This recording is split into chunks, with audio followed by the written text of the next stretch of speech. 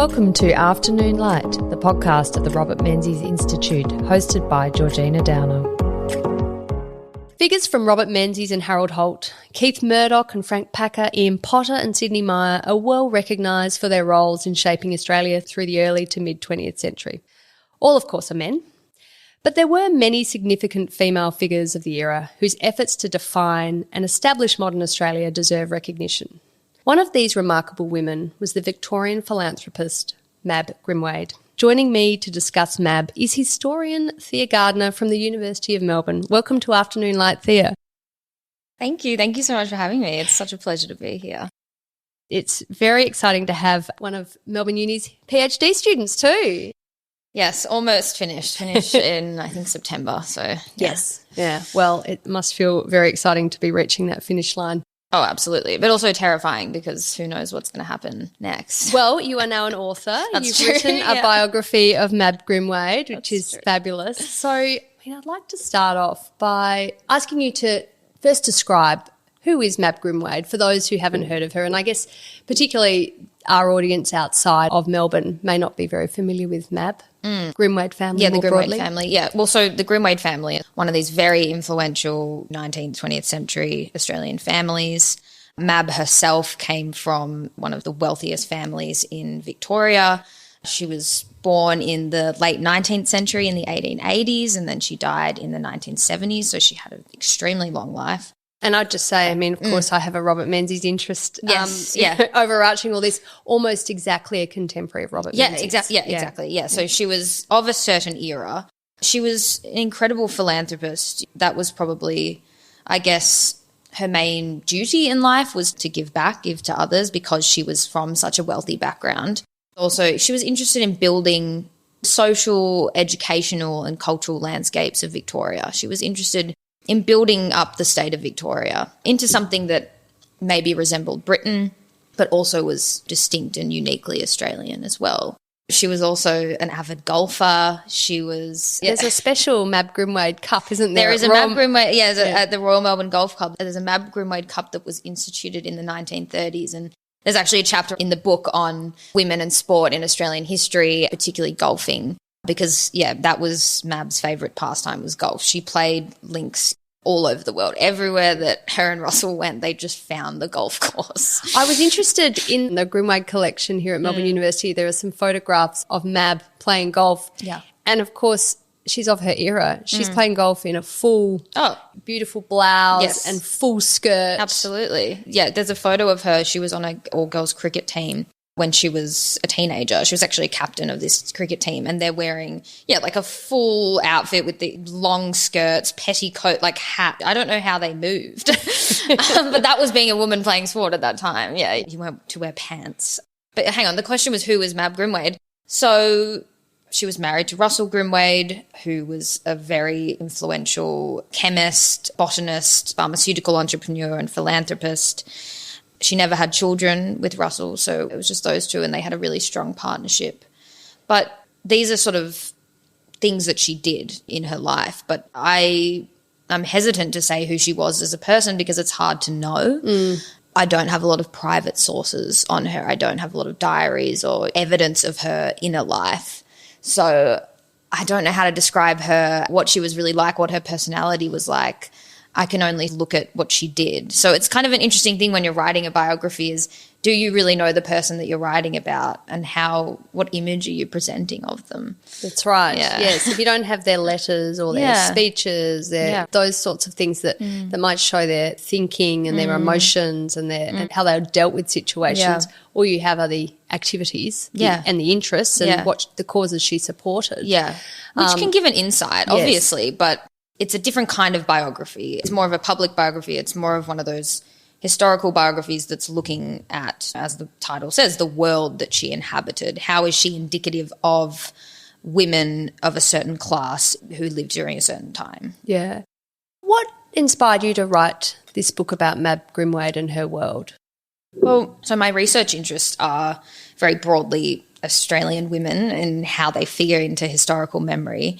My PhD research focuses on Portia Geach, who was an artist and a social activist, similar to Mab's time. So, born in the 1870s and died in 1959. And I'm interested in how these middle to upper class women figure in Australian historical memory, how they're forgotten, sidelined in the dominant narratives of Australian history, which have for a long time belonged to men and the nation. And Melbourne University Publishing actually was already wanting to write a book on Mab because Mab was so influential in Melbourne University Press. She and her husband Russell started an imprint of the press, or gave money to start an imprint called Magunya Press. And obviously there's been biographies of Russell written, but there's never been anything written about Mab herself.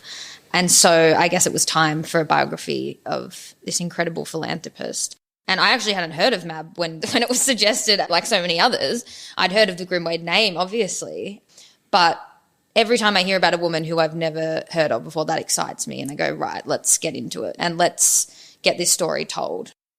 Yeah. Well, no, I think it's fabulous that you have been able to tell it, because it is true. A lot of the telling of Australian history really to the middle of the 20th century is around male protagonists. And that is, of course, where public life was. It was a male domain. Politicians were invariably men.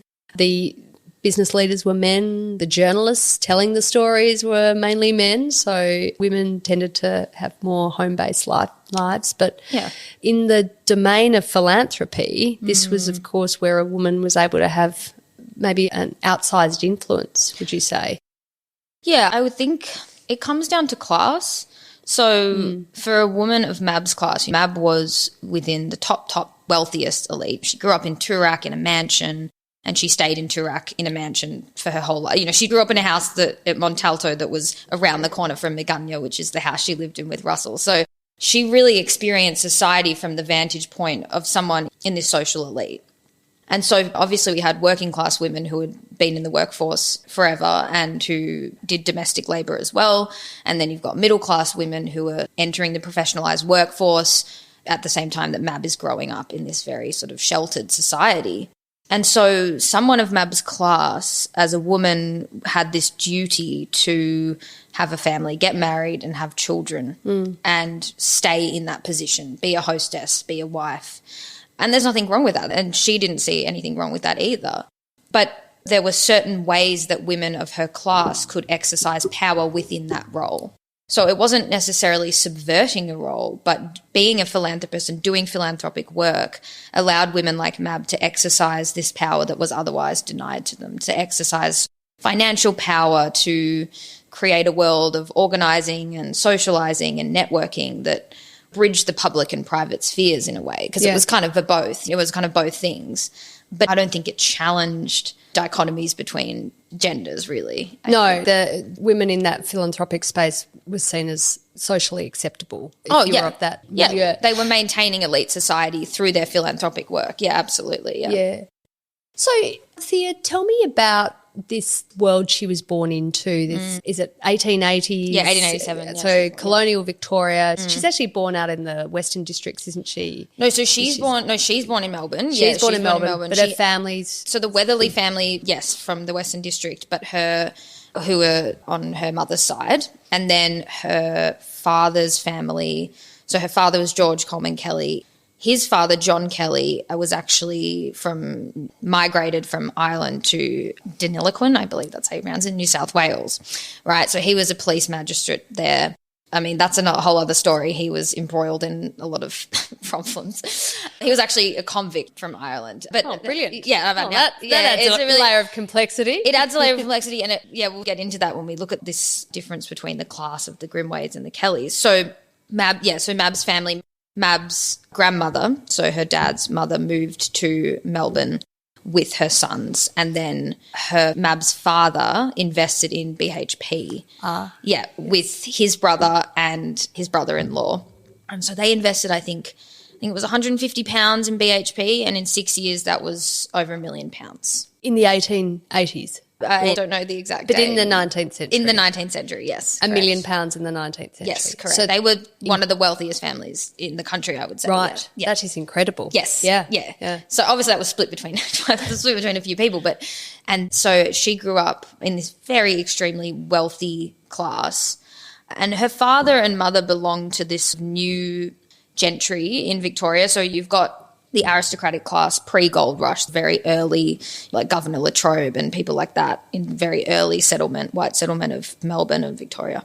And then post-gold rush, you have new money. You've got people who have made wealth by coming to Australia during the gold rush or through land ownership and through investing. And this was the Kellys. So they're part of this new class. New gentry. So in that era, maybe nouveau riche would be the term. Nouveau riche, yeah, but I don't know if he would have wanted to be called that. No. I think he had an interesting idea of their family history because, as I said, his dad's a convict. So she grew up in this world of the elite in Toorak. In Australia, there was a lot of social upheaval going on. We've got federation coming. We've got rising nationalism. We've got people vying for national identity. But Mab...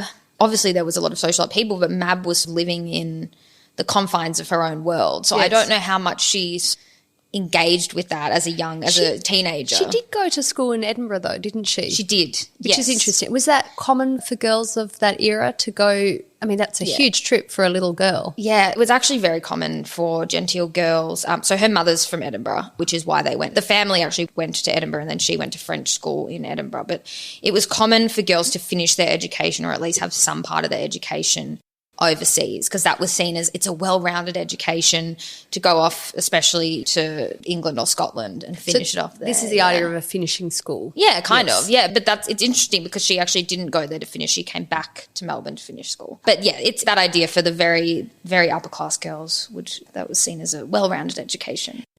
Yeah. So she finishes her education and then she quite quickly meets Russell, her husband-to-be, but it's not straightforward, which I find fascinating. I love that they're obviously deeply devoted to each other throughout their marriage, but the early part of their relationship wasn't straightforward at all, was it? Yeah, it would actually make a good TV show, their romance.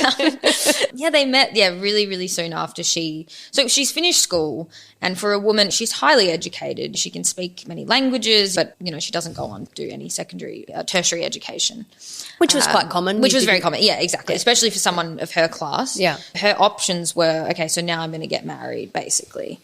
And so she meets Russell when they're sort of away with friends and family at a family property, the Weatherly family, and they fall in love, obviously. Was there a big age difference? Yes, I think he was 29 when they met and I believe she was 21. So, like a fair. For that time, I don't think it was. No, not dramatic. No, not dramatic. And obviously they really got along and then he proposed to her and she originally said yes, obviously, because she was in love with him. And then she actually recanted that and said no. And she went overseas to Southeast Asia with a friend, unchaperoned, which was not common for a woman of that time, especially of her class, and then came back and accepted him. Yeah, so there is a story that Mab's dad, and I'm not sure if this is 100% true, but this is a story that Mab's dad didn't agree with the marriage because Russell's family's wealth came from trade and Mab's family's wealth came from investment. Right. Yes. Seems a fairly arcane difference. It makes no sense because when you look at George Kelly's family history, one generation ago, his father's convict fleeing Ireland, and now he's got this distinction which is harkening back to 18th century Britain, like, oh, you're making your money in trade. It's a very interesting distinction that he's making, especially because the Grimwades were one of the wealthiest families also in the country. Yeah. So when she breaks off the engagement, goes to Southeast Asia, then comes back and resumes the engagement. What's the reaction of her family? Was it difficult for her? Because that would have been quite a brave decision if you're going against the wishes of your father in the early 20th century. I think it might have been the only time Mab ever went against the decisions of really defied expectations of her gender. I don't know what the reaction was. I'm not sure. Obviously, they went to the wedding. I think they were that's a good sign. That's a good sign. Yep. I think they obviously grew close and I think it was all fine in the end, but she was defying her father's wishes and she went overseas. Obviously she was having a think about it while she was overseas unchaperoned. So this may have been an act of rebellion, one of the only times that I can see Mab rebelling. But I'm not sure what their response was. Her dad was probably annoyed at first and then went, well, I guess it's fine, because they're only going to live around the corner. Yes. Well, and so what a wedding present she got. I know. So Russell gifted Mab Magunya the house that they lived in for the rest of their lives, which is a beautiful mansion in Toorak. It still exists, still there today. And, yeah, that was the centre of their social life and home life and family life, yeah. And those mansions in that part of Melbourne, they were sort of largely built in that mid-late 19th century. So with that gold rush wealth. Yeah, yes. So they're very grand Victorian residences, aren't they? Well, yes. Magunya is kind of an interesting amalgamation of different styles of architecture because Mab and Russell built on it over time. So originally it was a fairly simple one-story structure. It was still a mansion, but then it became this 2-story, 12-room mansion that just Mab and Russell lived in. And it's got arts and crafts style. They had various architects work on it. They had various famous gardeners work in the garden, on the gardens. And so you've got British-style gardens, but also native rose beds and things like that, but also native plants. So the home was a very interesting, eclectic mix of architecture, but certainly originally from that era of post-gold rush land boom Victoria, yeah.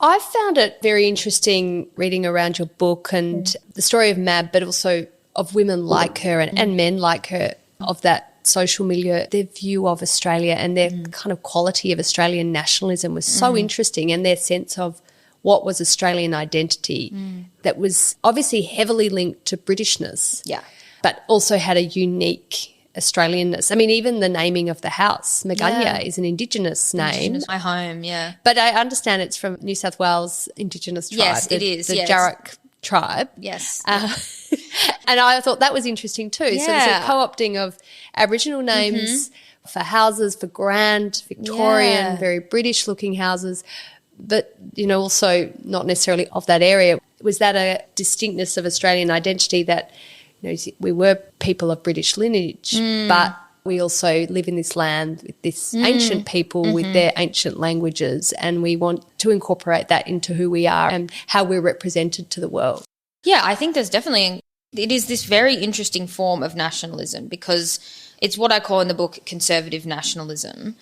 It's one that, as you said, is very linked to British imperialism. They want to maintain imperial loyalty. They feel very connected to Britain as the centre of empire. But they also want to create something that's uniquely Australian. I mean, after Australia federates in 1901, they want to create something that's uniquely Australian, and they want to look at what's in Australia that makes this a unique country. And one of the main ways that Mab and Russell invested in this is through botany and through conservation of native plants. Russell extracts eucalyptus oil. That's one of his sort of big industries.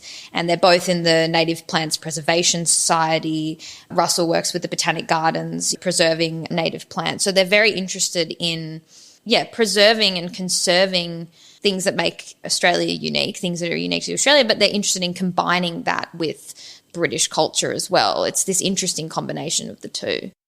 You say in the book that the Grimwades represented a romantic view of Australian exceptionalism extricated from the histories of First Nations people, which, I mean, I found fascinating because that idea of Australiana, it's really kind of out of favour totally out of favour these days. But this idea that we have these pioneering explorers and pastoralists and industrialists. So I think you name people like Captain Cook, John MacArthur, of course, the original Frederick Grimwade, the industrialist. These are people who are representative of Australia, things that are uniquely Australian, but they're also the British connection. Yeah. But then this sort of Australiana, the native plants, Indigenous names, the kind of those images of Indigenous people, in some the of collection. it's in their collections absolutely. that they're collecting. This is our nation, but through the eyes of people who are so proud of empire. Yeah, it's really interesting, and it's very complex as well, obviously. I mean, I don't know what their relationship was with First Nations people. I don't know how they viewed First Nations people, but there's certainly their collection, and I suppose their view of Australian history is based on a mythologised history of these great pioneers. I don't know what they thought about frontier wars. I don't know what they thought about, who knows what they would have thought about this idea of genocide. I mean, I can't imagine what their response to that would be. But there's definitely this, I don't know, this idea that we need to champion things that are Australian and that are uniquely Australian. But really, I don't know what their position was on First Nations people. They probably didn't have much contact because they didn't have much contact, exactly. They lived in Melbourne. They lived in Melbourne, and I think Yeah, I think their collection and their idea of Australian history was certainly based on, based on some truth, but based on real artefacts and real images. But it's telling a story of Australian history that is in some ways extricated from First Nations history. Yes. Or at least it sees it through the lens of the white settler, the lens of the British settler, the British explorer. Yeah. One of the fascinating things, I must say I didn't know this, that I was discovering preparing for our chat today was that Russell Grimwade, he purchased Captain Cook's cottage. Yes. And brought it out from Great Ayton. Have I said that? Ayton, I'm not sure. Ayton, in North Yorkshire. Yes. And then obviously rebuilt it in Fitzroy Gardens in Melbourne, where it remains today. Brick by brick, brought it over. Yeah, absolutely. I was looking at it the other day and I was like, oh, Russell brought that over. Yeah, it's pretty amazing. I think he was – look, I'm not sure Mab's role in that. I actually don't know. I'm sure she would have supported it. But he was obviously – he felt a duty to cultivate this nation's history. And I think, that's a testament to their collection, their homes. And, he wanted to preserve a way of life and he wanted to preserve a national history. And I think, moving Captain Cook's cottage was a huge part of that. And obviously it still today cultivates a lot of tourism and, it does tell a certain story. Obviously it's vandalised today on Australia Day and things like that, which shows kind of where history has changed over time. But, it was a very significant thing that he did in moving it brick by brick across oceans. I know, it's kind of crazy. But, And the other things they collected, obviously the native plants and then quite a lot of 19th century artwork. Yep. There's a very famous one of bushrangers. Strutt's bushrangers, or bushrangers, I think. Yeah, that's a fascinating work. It's some bushrangers holding up some travellers on St Kilda Road, and it was painted by a British man who came to Australia for maybe a decade and then went back to Britain. And so he's painted again this mythological idea of 1850s gold rush Australia. That's probably their most famous work, and it's an incredible work. But they had Rembrandts and things like that as well. So it wasn't just Australian artists. They had European artists as well, and that was reflective of the fact that they travelled pretty constantly throughout their lives, built their collection on their travels. And they were quite deliberate about it. Do you get that sense, or was it just opportunistic? I think both. I think they were deliberate, but I also think if they were it seemed through their travel diaries that sort of everywhere they went, they would go to the antiques, or they would try and find things everywhere they went.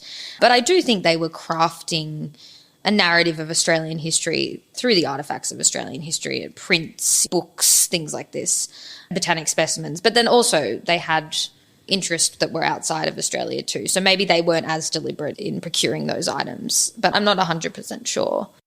Yeah. Something I found interesting about the collection is the interest in Japanese and Chinese artefacts, porcelain and little ornaments and things. Yeah, I think Mab really, really liked, delicate porcelain and ornaments. I think there's lots of Chinese vessels and things like this. They spent time in China and Japan. Yeah, I think in the 1950s actually. Yeah, so they would have probably procured those overseas or had someone procure them for them.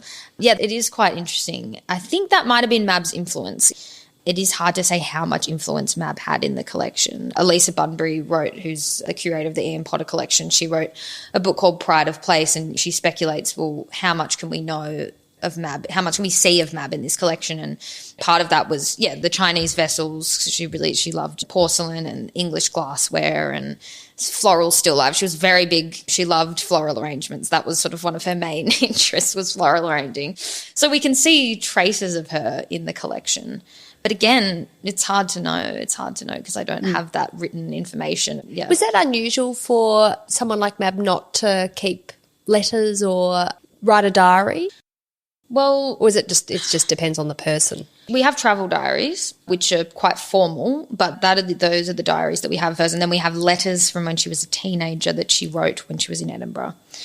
And I think she probably did write letters and have diaries. I think she got rid of them all and didn't want people to know about her life, basically. I think she was a very private person, and as a result there is very scant archival material on Mab. So the book was piecing together, and this happens with when people are writing biographies of women, this happens all the time because women don't have large public archives often. I mean, some of them do, obviously, like someone like Vida Goldstein, for example, has a large public archive, but someone like Mab, even though she was extremely wealthy, she doesn't. Well, she wasn't an activist. So she wasn't an activist. She wasn't a public person. Yeah. No, absolutely. Yeah. She was a private person.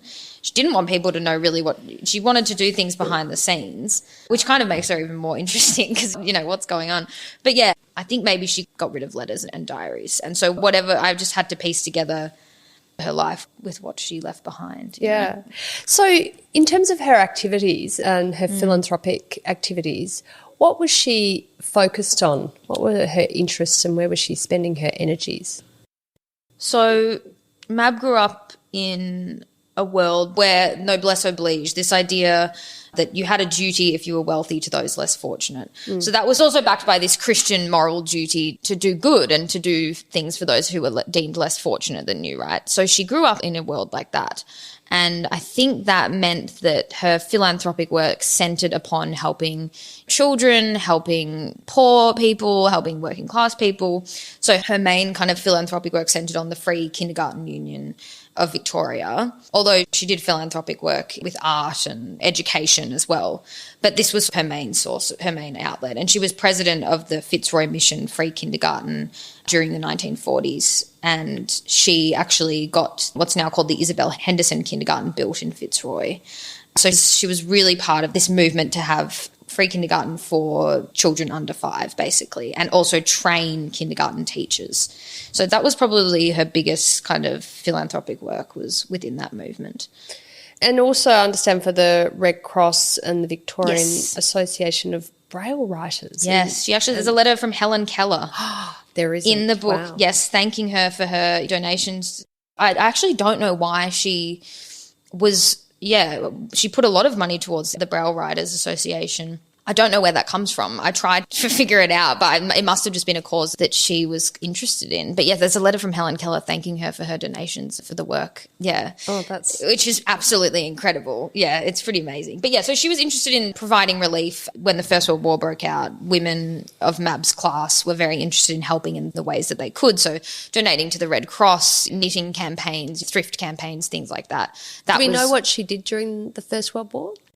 Well, she donated socks and cigarettes and things like that to soldiers. She wrote a letter to the paper saying, we're going to send these items off to the boys and on the front, or whatever. She didn't say it like that, but yeah, which will probably be more helpful than what the Red Cross is sending. So she does a bit of a dig on the Red Cross, actually. Okay. But then she was part of the Red Cross during the Second World War as well, and donated, and I think throughout the rest of her life too. Yes. So this was an era that impelled a lot of women into philanthropic work, especially the war, both the wars, yeah.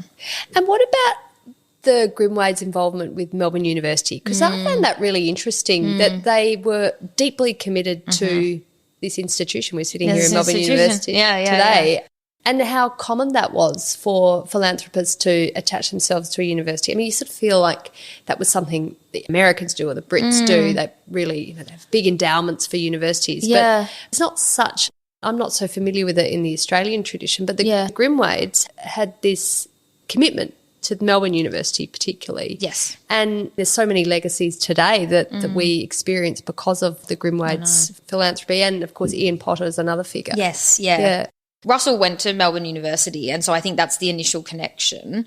But they both, again, it comes from this idea of building Victorian society, and for them education is probably the most important way to do that. And sort of nation building too. Nation building too, of course. Because they're in early, I mean, this is the early part of modern Australia. Absolutely, and, a lot doesn't exist that we take for granted today. Yeah. So how do you get to today? Yeah. And you build one of the best educational institutions in the world. So, that was part of it. It was part of nation building. It was part of, particularly building in Victoria, one of the foremost institutions. And I think, both of them had a commitment to that. But it definitely comes from, I think, Russell's background with the university. But Mab had her own fundraising within the university. She organised the International House Fete, which raised, I think, something like £7,000 for International House in the 1950s. And she was part of centenary committees and things like that. And then she eventually was the reason that the Russell Grimwade Biochemistry School was opened after he died. So she was hugely, hugely involved at the university. And as you said, she and Russell provide funding for what becomes known as the Magana Press, the imprint of Melbourne University Press, which still exists to this day. Absolutely. And then there's the Russell and Mab Grimwade bequest to the university. Yes, yeah, the Magana Fund and Bequest is what it's called. So they didn't have children, as I've said, and they were writing up their wills. They were figuring out, where are we going to give all our money to? And obviously family members, yes, nieces and nephews and things like that. Don't worry, they got stuff as well. But they sort of gave most of their wealth to the University of Melbourne, including their entire collection of artefacts, paintings, Australiana, everything from down to the Scotty dog ashtrays. We have them as well. I saw the Scotty dog collars too. Yeah, so cute. Yeah, well, Mab was, I don't think I've mentioned this, but Mab was, her favourite thing in the world were her Scotty dogs, of which she had a succession of. And in the book, there's a lot of really beautiful photographs of Mab with those dogs. I have forgot to mention that there is this huge collection of photographs that Russell took of Mab and of the two together in their trips. There's hundreds, if not thousands, of photographs. So that's been another amazing source, and it's why the book has so many beautiful photographs in it of Mab in sort of different situations. But what was the question again?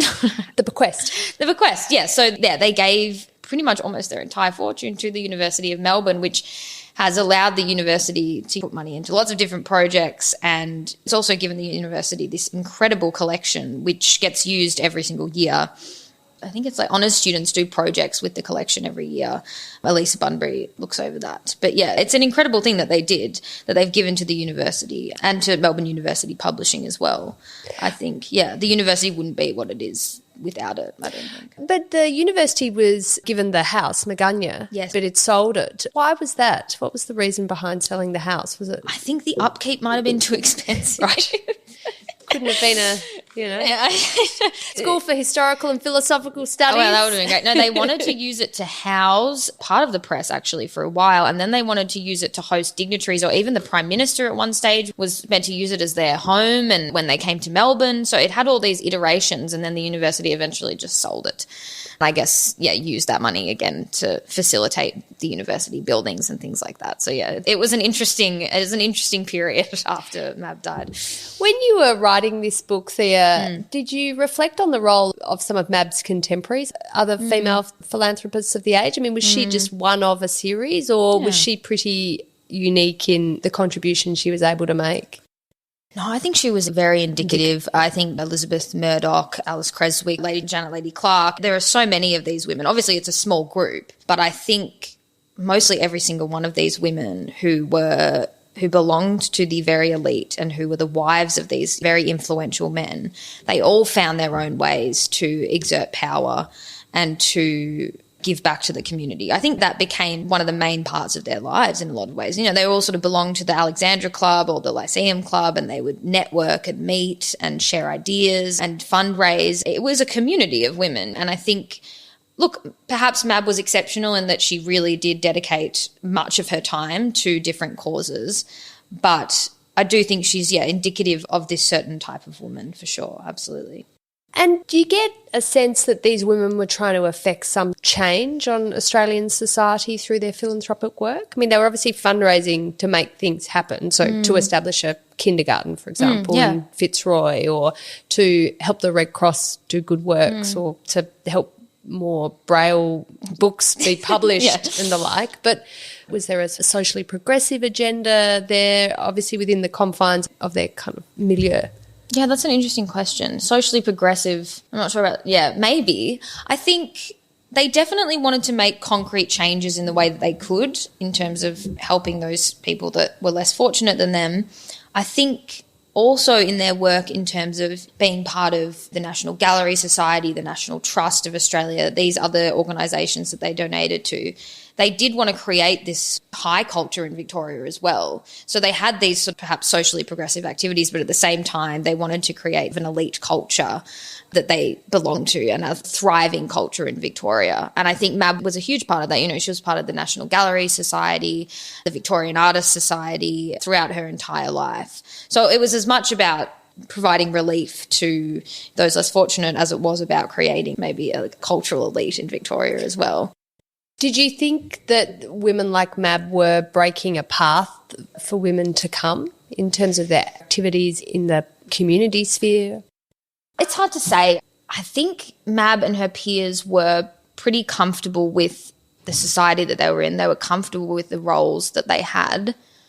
I think they were able to access power and to forge a community of women that did bridge the public and private spheres. It did push the boundaries a little bit, but at the same time, it reinforced them. I think it does come down to class, because middle-class women are entering the professionalised workforce at the same time that Mab and these other women who are wives and mothers are maintaining this elite society within their philanthropic work. So I'm not sure if they were pushing boundaries, and I'm not sure if it's a bad thing that they weren't. You know, I think it's fine for that to be the story, is that these were women who were happy with the situation that they were in and they did what they could. Yeah. But that was the society that they were born into, and that was what they enjoyed to do.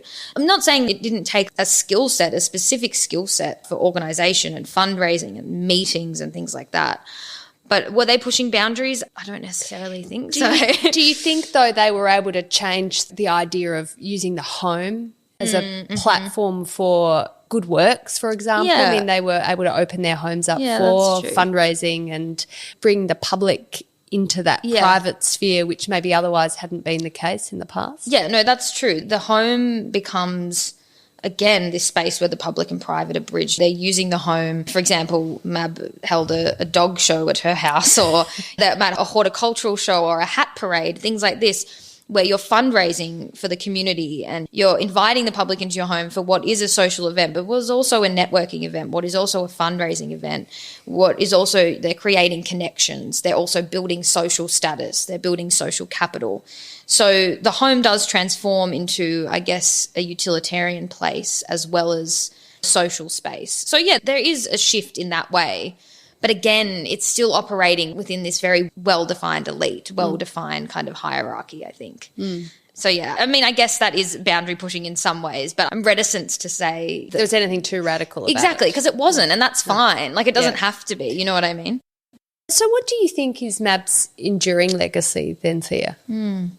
Yeah, I think that, well, primarily her philanthropic work is, I think, her biggest legacy. The Isabel Henderson Kindergarten is still there. It's on Ray Street. It's right near where I live, actually, in Fitzroy North. I think, obviously, the Magunya Fund and bequests have given generations, people like myself, opportunity to explore the artefacts of this country's history, maybe somewhat more critically than Mab and Russell did. Mab and Russell have helped build this institution, Melbourne University. But even something like the Mab Grimwade Cup, these small things, or the Mab Grimwade Rose, we didn't get to talk about that. Oh, yes, I read about that. There is a rose named after Mab Grimwade. Oh, I'd love to smell it. Yes, me too. It's beautiful, actually. It's a very beautiful rose. You can still grow them today.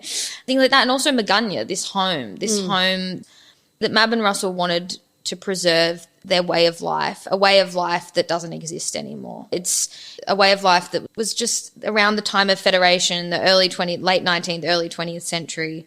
I think that their artefacts and their home, which is an artefact itself, is part of Mab's legacy, Mab and Russell's legacy. So, yeah, I think those things are, I guess, her greatest legacy. In terms of the enduring legacy of that sense of national pride and nation building, do you think we've lost that? Yeah, I think we might have. I think to an extent we might have. I certainly think my generation does not have that sense of patriotism that Mab and Russell, that was so strong. I think it would be very hard for people my age who aren't Australian historians to understand the national fervour that was occurring during the late 19th and early 20th centuries, the pride that people had, particularly white settlers had in this country's history. I think we're completely extricated from our history now. I don't think people know about our history, and I think that's a shame. And I think that because people don't know about our history, that means that we lose pride in it. And why do you think we don't know about our history? Is that a problem with education? I mean, we've got the Magunya bequest, we've got all the right tools here at Melbourne University. But again, I guess this is an elite environment, isn't it? Exactly. Yeah. And look, I do think it's getting better. I do think they teach Australian history at schools now a bit more. But even when I was at school, it wasn't great. And I think, it's absolutely about education. It's education from a very young age. We should be learning about First Nations history, white settler history, It's so important to know about our country's past, especially if we want to make any kind of change in the future. And I think that was a huge part of Mab and Russell's identity, was we need to understand the past to help forge a future for Victoria, for Australia. Yeah. Well, I think that's a very good note to end on, Thea. And, of course, you're singing from the same songbook as us here at the Robert Menzies Institute. Yeah. It's been an absolute delight to talk to you about Mab Grimwade, and all the best with the finalising your PhD. Thank you so much. Thank you.